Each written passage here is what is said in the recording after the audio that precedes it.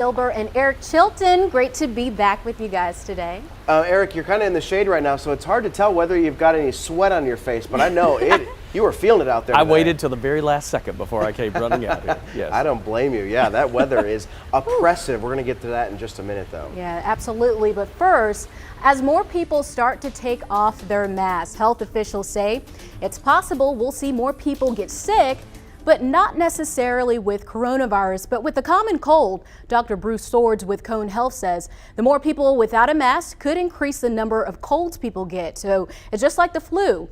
You may remember we have seen a drop in flu cases during the pandemic because we were all wearing our masks. If you want to stop that cold in its tracks, you may want to pick that mask back up. So Dr. Swords says there's another reason you may want to hang on to that mask. Take a listen. Tracking asymptomatic carriers is really tough business, and randomly sampling people probably isn't worth the effort. I think the other thing that unvaccinated folks should do for their community members, friends, family is wear a mask. Whenever you're in the presence of anyone else, wear a mask, because we know that that decreases the transmission of COVID. Dr. Swords adds the best way we can stay healthy is to get out and get the vaccine.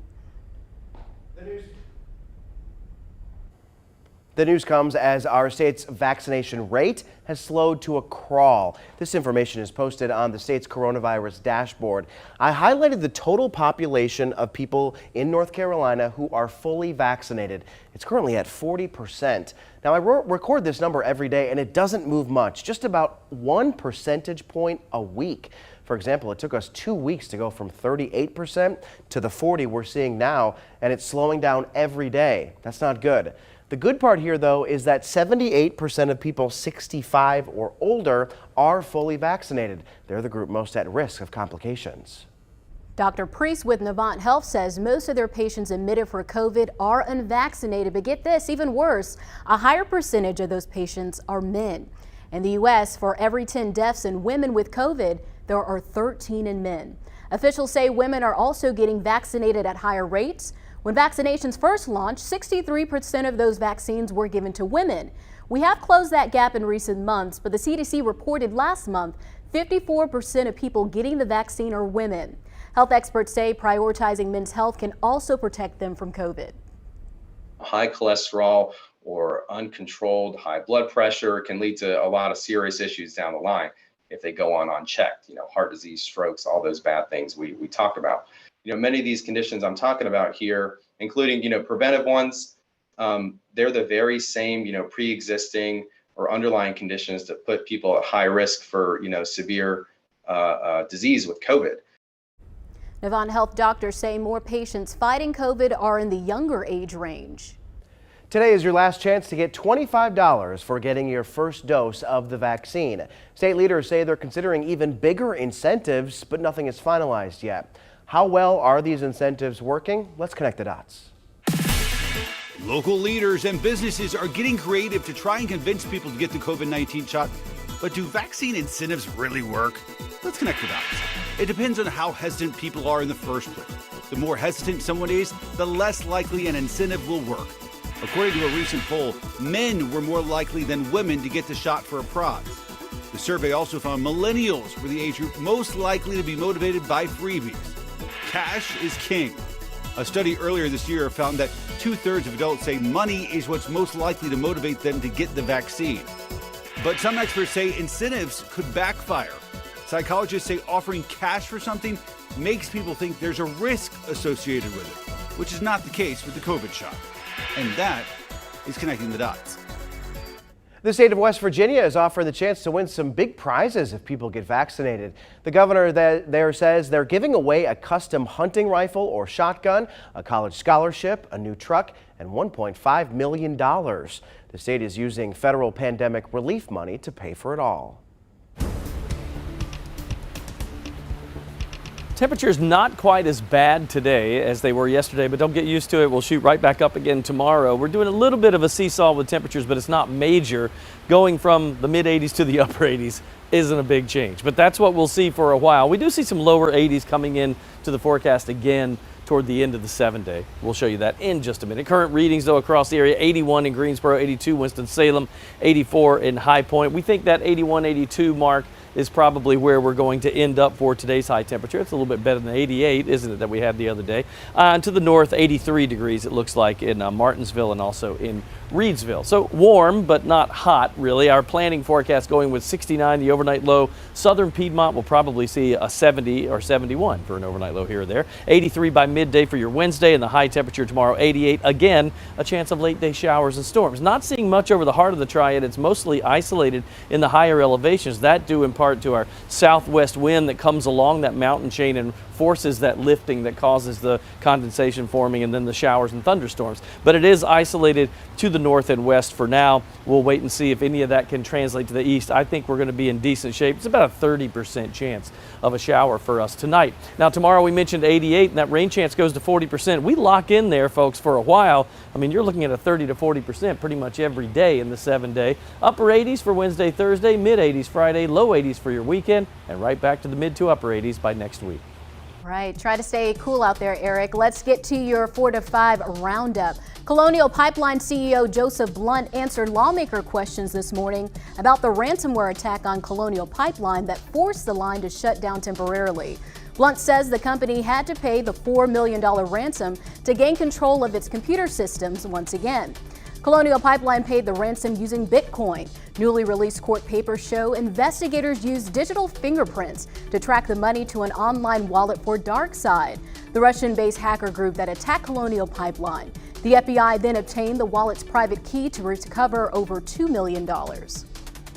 A Senate investigation into the January 6 attacks on the U.S. Capitol released a series of mishaps on behalf of the government, military and law enforcement before the attack. The report showed a lack of training and preparation for Capitol police officers who did what they could to defend the Capitol. Officers sustained chemical burns, brain injuries, and broken bones during the attack. Some told senators they were given no guidance when command systems failed. The report recommends immediate action to give the Capitol Police Chief more authority to plan and equip officers and share intelligence information with federal agencies. Guilford County Sheriff's Office is making progress on its backlog on concealed carry permits. Between April of last year and the end of March of this year, the office received over 30,000 applications for handgun permits. There was a 78% increase in applications for concealed carry permits and a 102% increase for pistol purchase permits. And the FBI and other law enforcement agencies have arrested hundreds of criminals after a 3-year operation. More than 800 suspected criminals in Europe, Australia, New Zealand, and the U.S. are in custody. Criminals unknowingly used an app created by the FBI for gang activities such as drug smuggling, money laundering, and planned killings.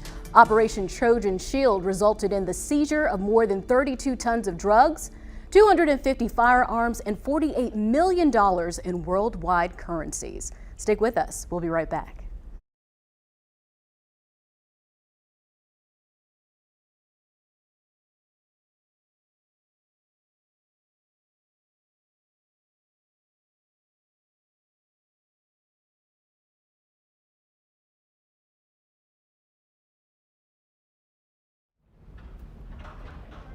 Mic check, 1, 2, 3. Mic check, 4 to 5.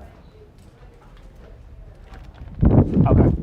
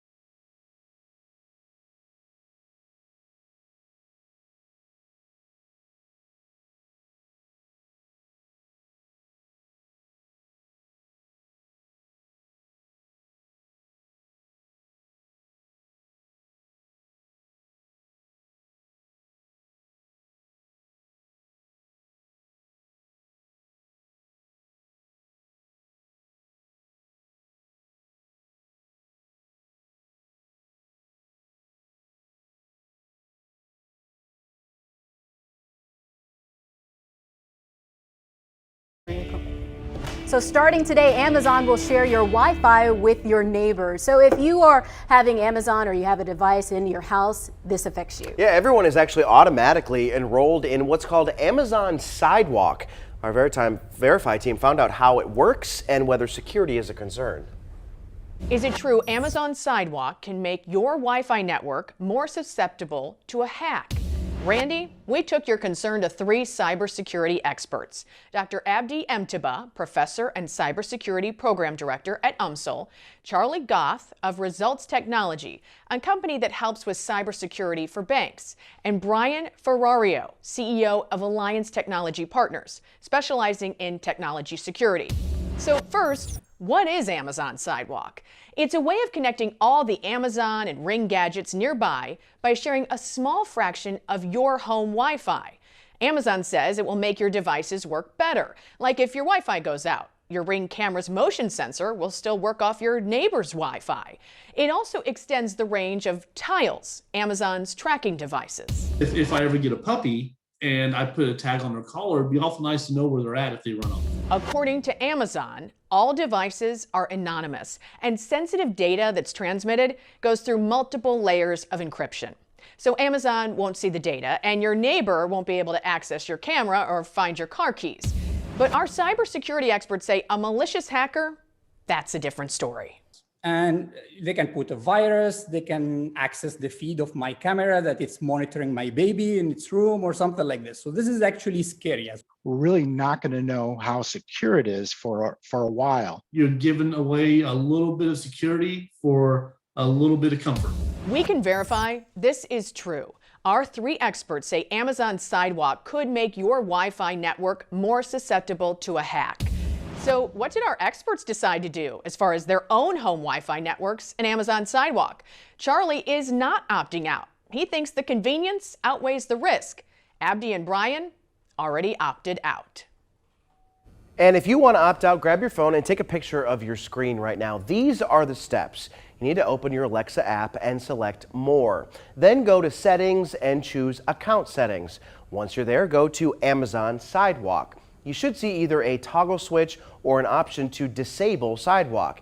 You should do the same thing for your Ring camera. Now you can opt out at any time. If you don't have Amazon or a Ring device, this does not affect you.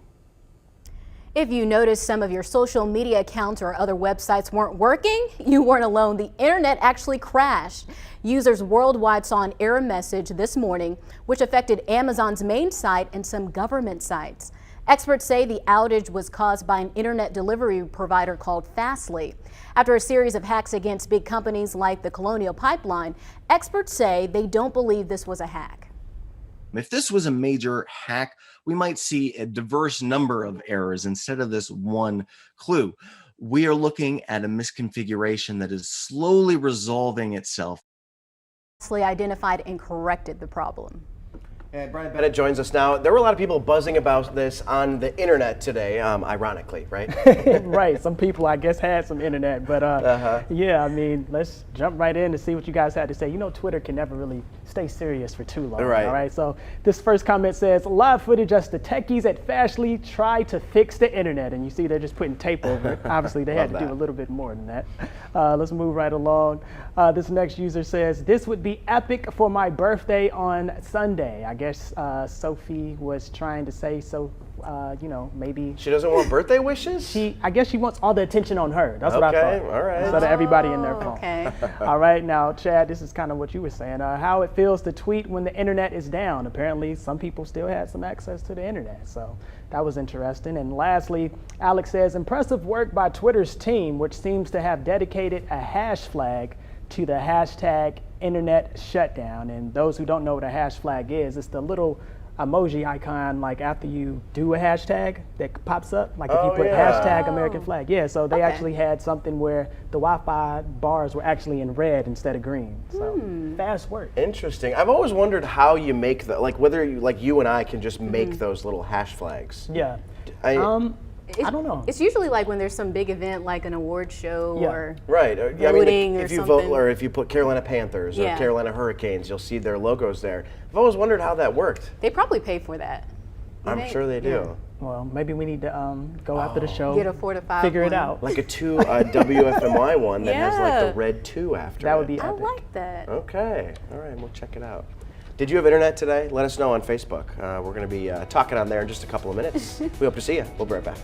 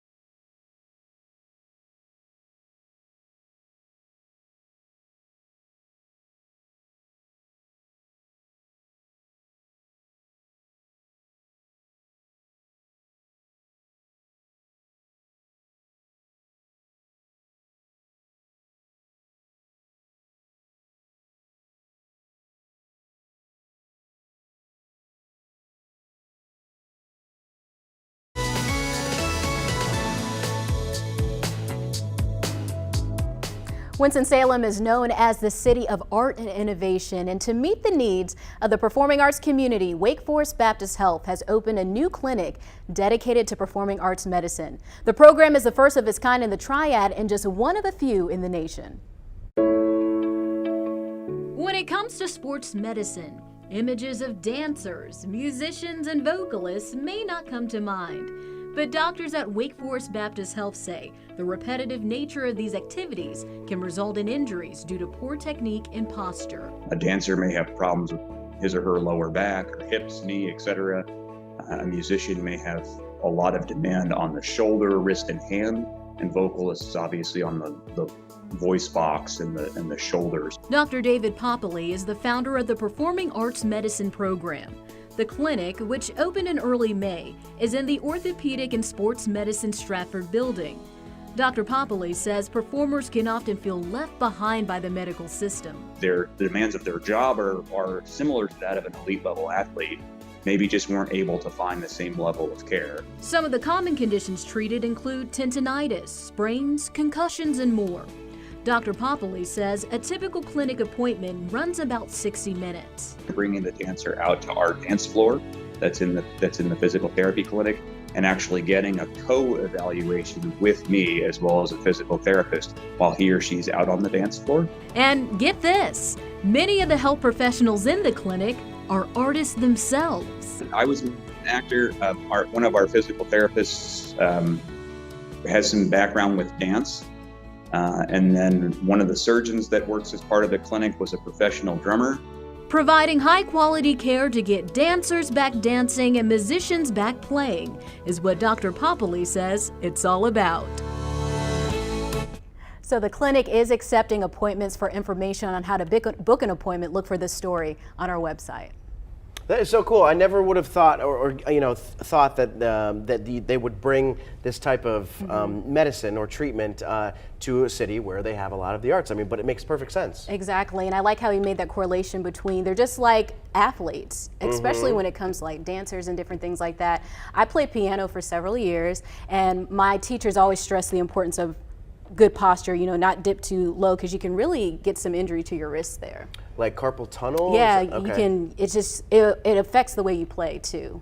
So, and just the fluidity of playing, but posture was always stressed because you can get injuries. And I love the part where they said that some of the employees there were in the arts or currently in the arts, so they can understand some of the ins and outs of what they're dealing with. Yeah, and the vocabulary that's used as well. One thing he said, beyond vocal performance, like singing, they work with people like us who speak for a living too. So we could go there if we had something wrong with our vocal cords or anything like that. You can hear it probably, right? I have a sinus infection, so I'm not sure they could help me with that, but I've got the antibiotics, so I'm good.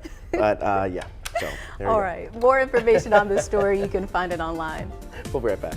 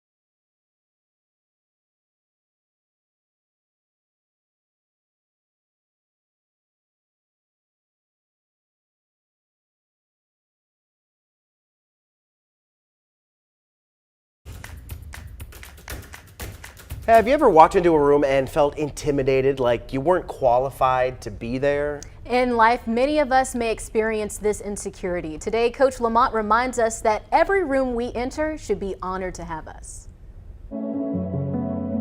Have you ever walked into a room and immediately felt intimidated by those you perceive to be wiser than you, more experienced, or even more qualified?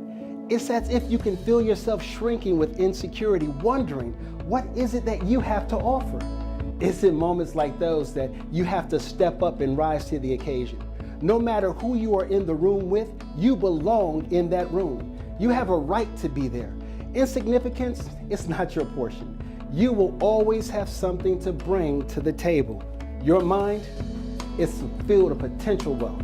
No one else can represent you the way that you represent you. So be authentic and never underestimate your worth or even what you have to offer. So next time, pull your shoulders back, lift your chin up, and walk in confidence knowing that you are as valuable as the next. This is Coach Lamont reminding you to have your best you day. I'll see you tomorrow. Be authentic. Right. I like that there. I think we've all been in those moments, whether it's starting a new job or being a new member of a sports team, where you might question yourself, but you do have to remember you were there for a reason or chosen for a reason. And I'm a firm believer of fake it until you make it, because that confidence, it'll soon follow you. Right, absolutely. I think my biggest fault when it comes to things like that is when I walk into a room where I feel like, you know, I don't belong. Yeah. I try to make a joke or try to do something to try to make it seem like I should be there. Yeah.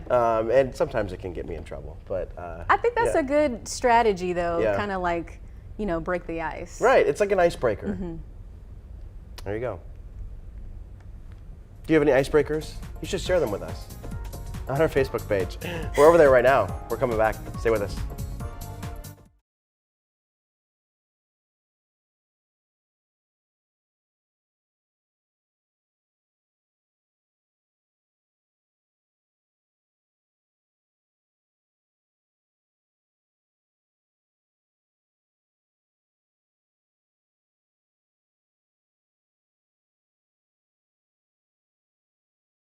To lean on me.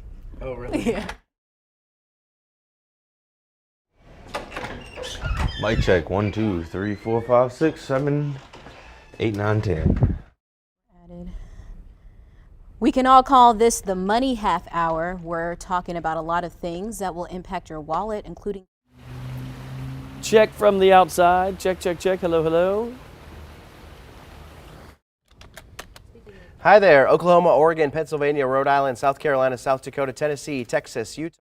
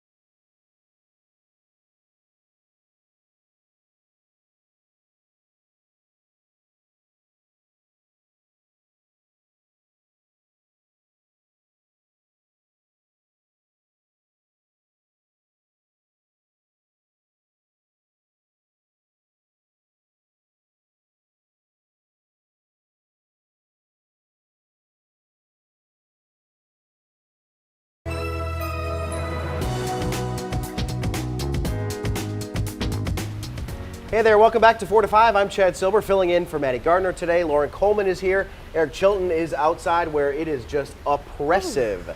Oppressive today, Eric. It is. You know what? It actually, there's a tiny breeze, and that makes all the difference in the world. If you're in the shade, it feels a little bit better. And by the way, slightly cooler today than yesterday, but we're going right back close to 90 tomorrow. We'll talk about that coming up. Glad we're inside today. Yeah. Why would you say that in front of him? He can hear us. I know. Thank you.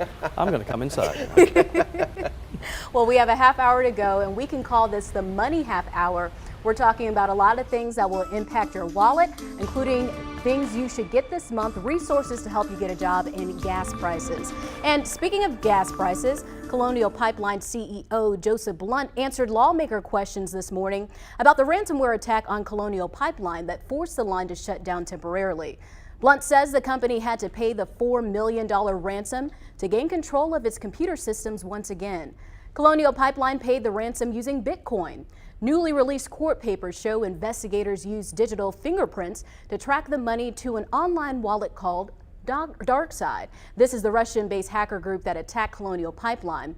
The FBI then obtained the wallet's private key to recover over $2 million. The CEO explained to lawmakers why so little was released about the attack and ransom.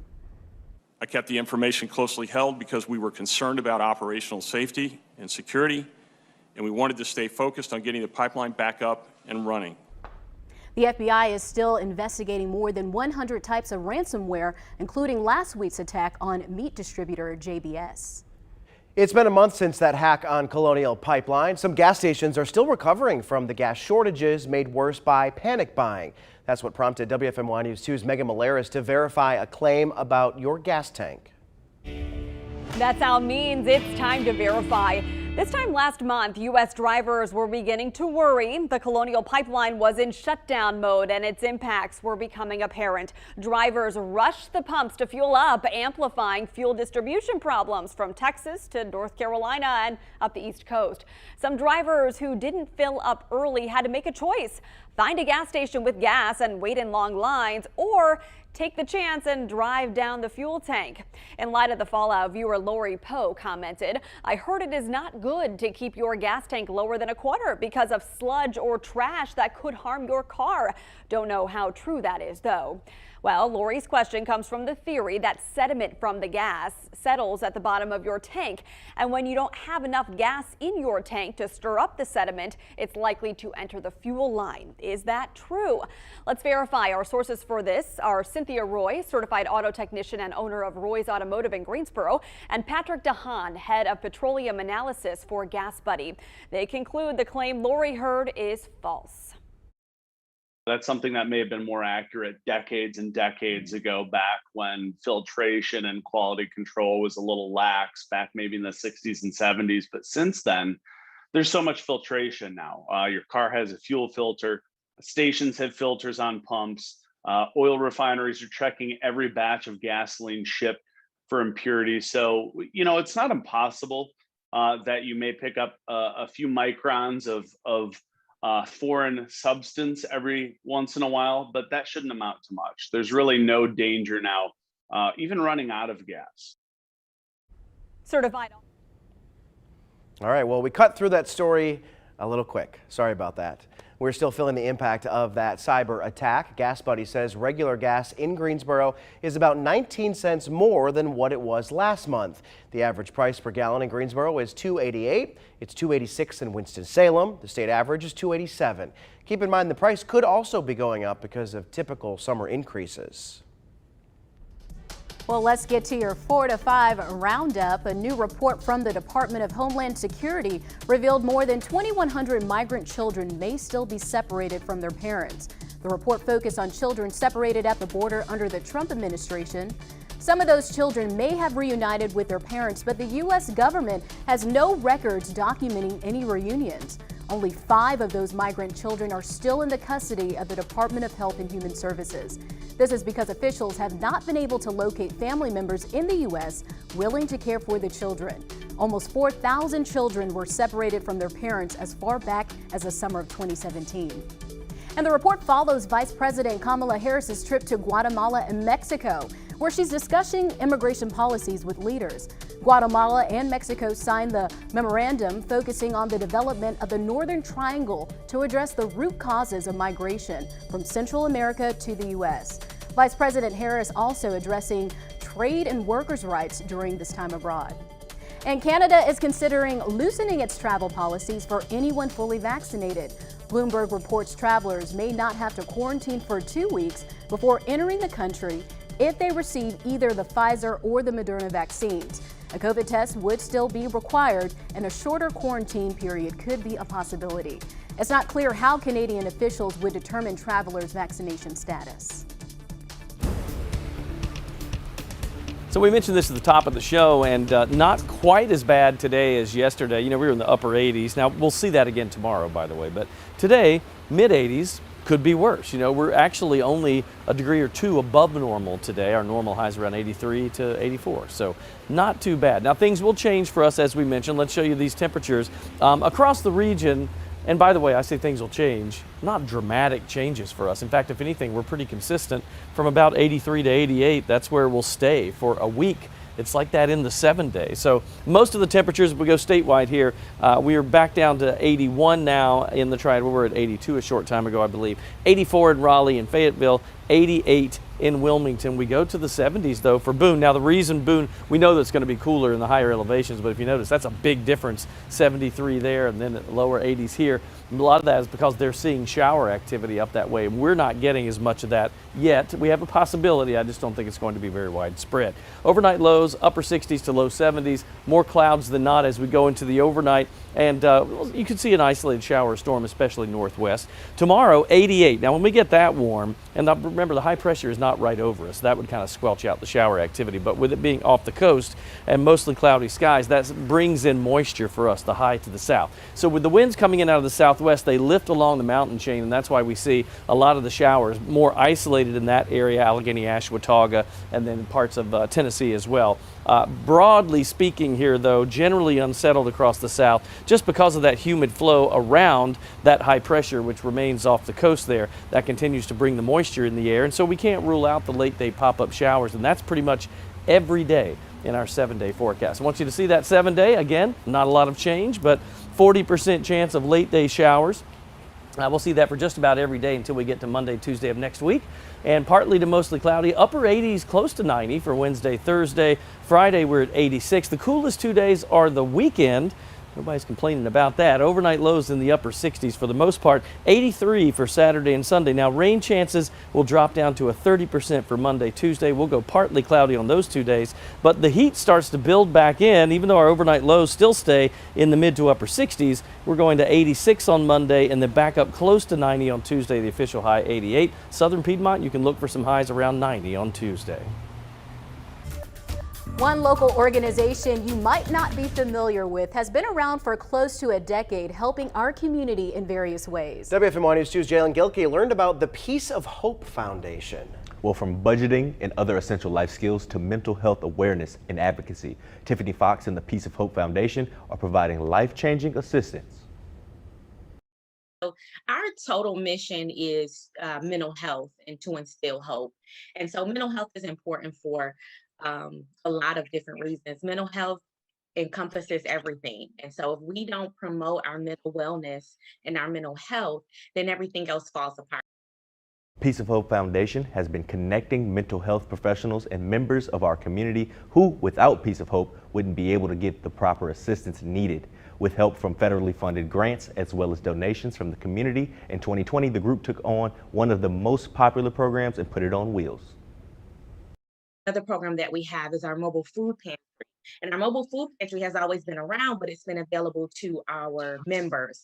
So when the pandemic hit last March, we decided to shift and open that up to the community because we realized there was a gap. There's a food desert in Guilford County, a couple of different food deserts. And so what we wanted to do is to provide, contactless deliveries and more healthy food.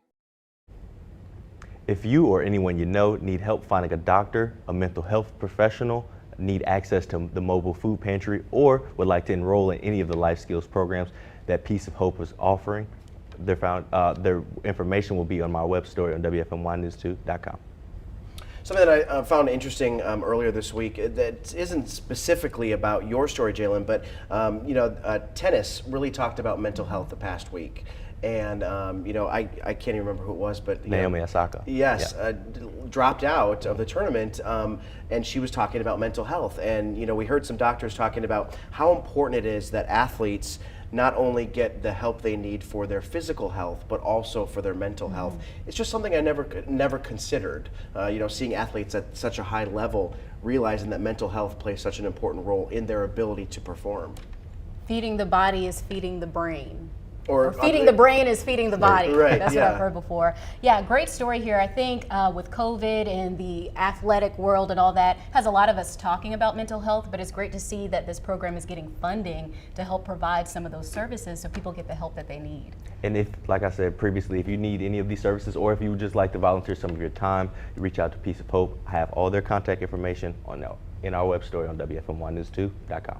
And I'm sure that they have been busy lately. You know, you had mentioned the pandemic. I mean, think about how the pandemic has impacted all of our mental health. Yeah. Absolutely. And so, I mean, that probably a great And that was resource. Tiffany, she touched on that as well. She was saying that during the pandemic, she was seeing that the number of people that were coming to the food pantry dropped, and they weren't able to serve as many people as they were before. So why not put it on wheels so you could take it to the people that have contactless delivery and many other services as well. That's a great idea. Thanks, Jalen. They're doing some great work for this community. Yeah, absolutely. Absolutely. Guilford County Schools started the summer meals program today. They're available Monday through Thursday from 11 to noon. Students will get an extra meal on Thursday to cover Friday. Food will be on hand at several schools, and the Meals by Bus program will run to help families that don't have transportation. Leaders in Forsyth County are collaborating on ways to help students gain work-based learning skills. 11 students will participate in the Aspire Winston-Salem program. It's a paid internship for high school students at Winston-Salem Forsyth County schools. So students will earn at least $10 an hour and finish 80 to 135 hours per internship. This is a really great opportunity for honestly anybody. I'd say if they give you it, you should take it because you don't know what the future holds for you, and this could really get you a higher step in life. So yes, take it. It's gonna be okay. You can get through tough obstacles in life. Great program here. Greater Winston-Salem Incorporated is still searching for employers to participate, and you can apply at winstonsalem.com. Also look for this web story on our website.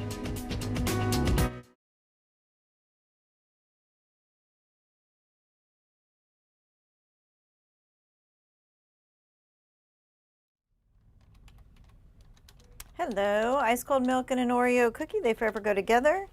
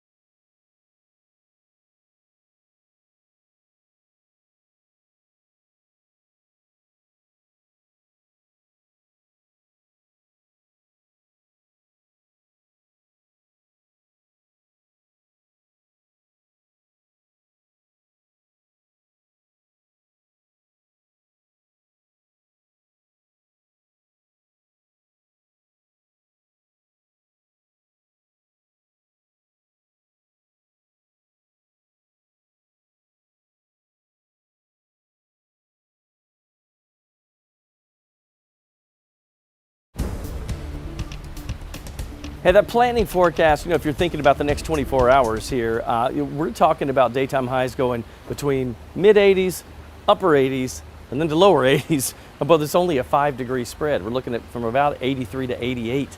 That's what we see for the next 7 days in a row.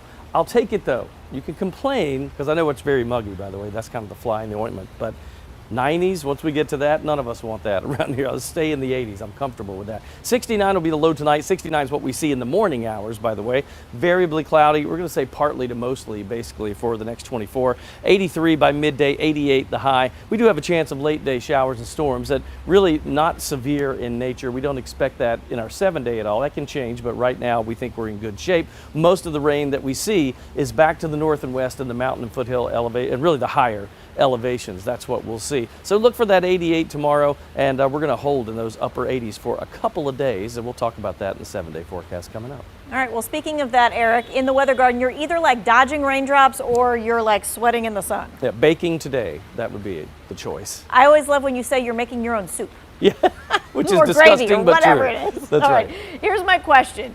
Is this time of year a good time to buy sunscreen and bug spray knowing that you are like full on in the sun right now? I mean, I'm afraid to answer because I know Two Wants to Know always tells me stuff that I don't expect, but I would say yes. Yes, okay. I want you to check it out at home. From Consumer Reports, they made a list of things that you should buy in June.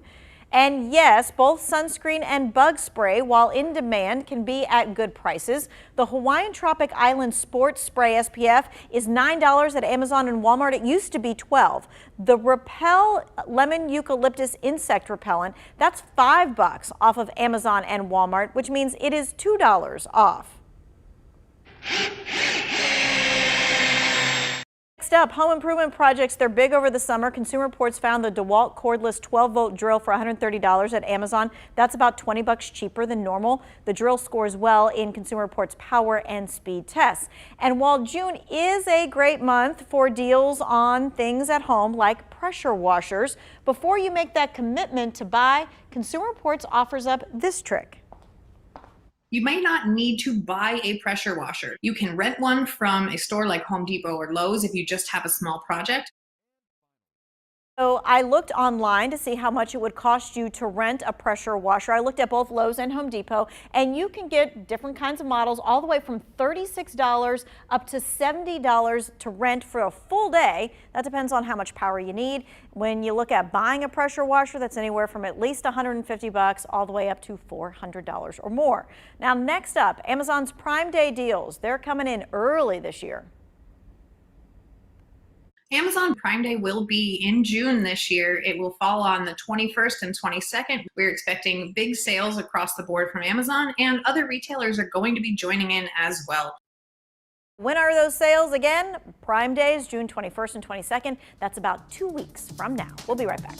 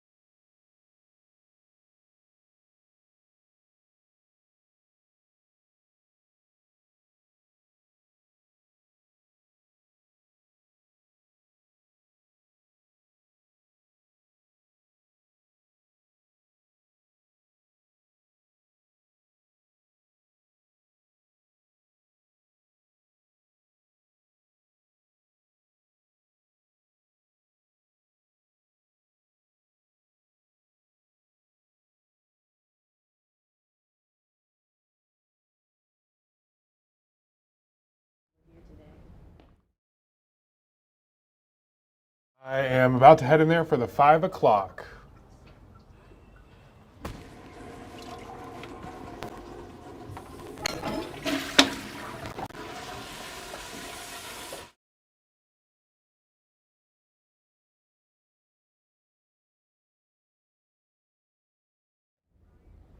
Mic check, 1, 2, 3, 4, mic.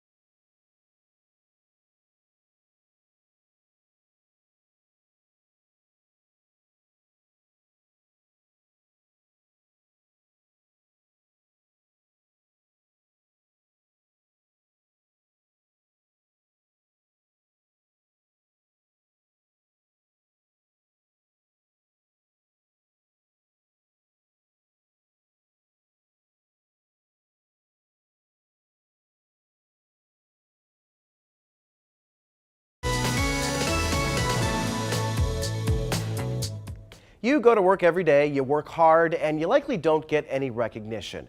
Cone Health is trying to change that. WFMY News 2's Brian Bennett found out how they're recognizing nurses. If people make the world go round, one could definitely argue that nurses make hospitals go round. That's exactly why Cone Health takes time to recognize and reward those who go above and beyond and excel in the profession through a Nursing Excellence Committee led by Bobby Joe Pritchard. This year we had 45 winners, and it is absolutely a spectacular process. It's really a great honor. Most winners, if you ask them, they say, well, I was just doing my job. But it really makes a difference when you have a nurse that is willing to go the extra mile. This year's awards were given to nurses for nursing excellence, support, and diversity and inclusion efforts. Pritchard shared it means a lot to winners because they're nominated by fellow colleagues. It means a tremendous amount that the person that you work alongside of, or your leader, or anybody in the Cone Health system can nominate a nurse, so that someone thinks enough of a nurse to take the time to write a nomination and recognize that winner. 2020 Nursing Excellence winner Yancey Manhard agrees. They're not just my coworkers, they've turned into my family. So it's an honor to be recognized by them. If it wasn't for them, I wouldn't be the nurse that I am today. I think Cone Health has the best nurses working here, and that's why we're so excited to recognize them and appreciate everything that they did, especially the crazy year that it's been. And for nurses who may never get recognized, Yancey had this to say. Just know that you're making a big difference regardless of if you have gotten an award or not. Like, these patients appreciate you and your staff appreciates you. And I feel like every nurse should get some kind of award because this job's hard. Yeah, guys, and I totally agree with Yancey there. Where's the petition so we can sign? Because I would definitely sign. And just like she said, I mean, they do have a tough job, but you know, they truly make it look easy. You know, and I think that's the mark of a true professional. I'm glad they're recognizing these nurses because, you know, when you feel valued, you work harder. And, you know, it's one thing to be going to work every day and not feeling like people appreciate you. So I'm glad that they're doing this. Yeah, absolutely. And especially right now, I mean, think about the last year that we've been in. I mean, it's unbelievable. And, you know, every time we do stories like this, we get emails from other people who work in the healthcare profession saying, you know, there are other people out there who are doing a lot of good work. So, I mean, it's the maintenance staff and all the people who do all of the cleaning of these facilities right now. I mean, everybody's really doing a great job. And back to what you were saying about the recognition, you know, you might not know this, but we have an Employee of the Month. Yeah. It's not called a contest, but Employee of the Month every month. And when you get it, you really feel like, you know what, I'm going to make this next month the best month. Even better. You want to work harder. I think they do a great job here at WFMY News 2, making us feel valued and appreciated. Ben. We definitely want to celebrate all those healthcare workers, including those trying to give out the vaccine. But right now, our vaccine rate is coming to a screeching halt in North Carolina. We're going to dig deeper into whether North Carolina is still on track to hit the governor's goal of getting 70% of adults vaccinated by July 30th. That's coming up at 5 o'clock.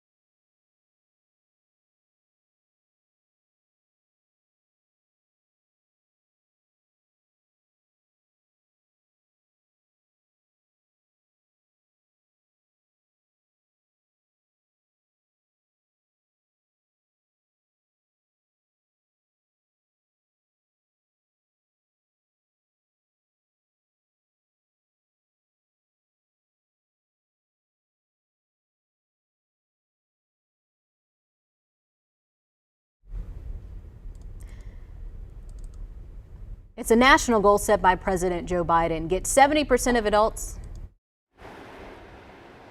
Hey, mic check, 1, 2, 3, 1, 2, 3, 4. Thank you. Hi there, Oklahoma, Oregon, Pennsylvania, Rhode Island, South Carolina.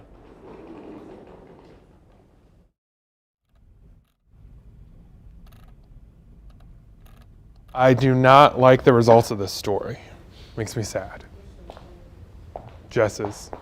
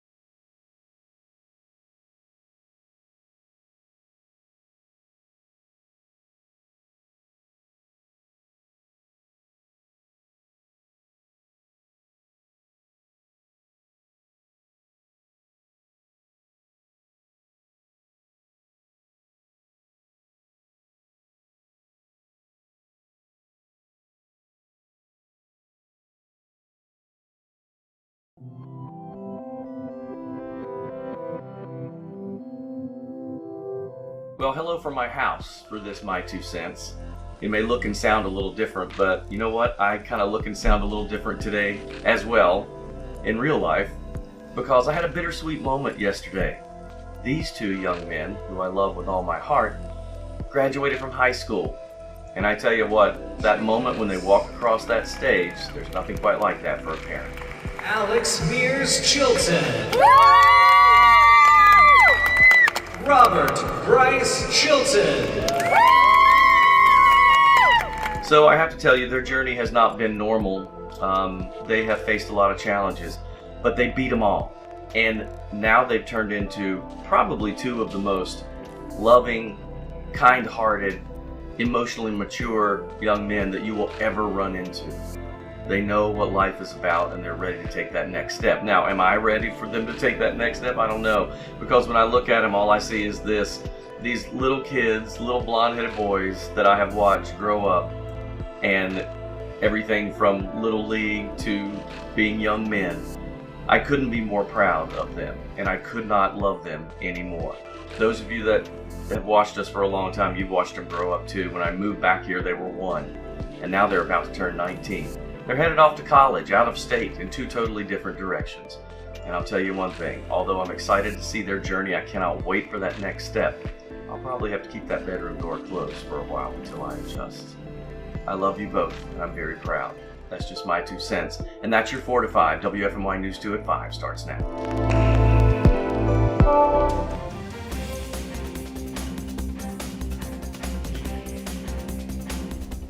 It's a national goal set by President Joe Biden. Get 70% of adults at least partially vaccinated by July 4th. And here in North Carolina, Governor Cooper continues to push for the same. Even triad counties are individual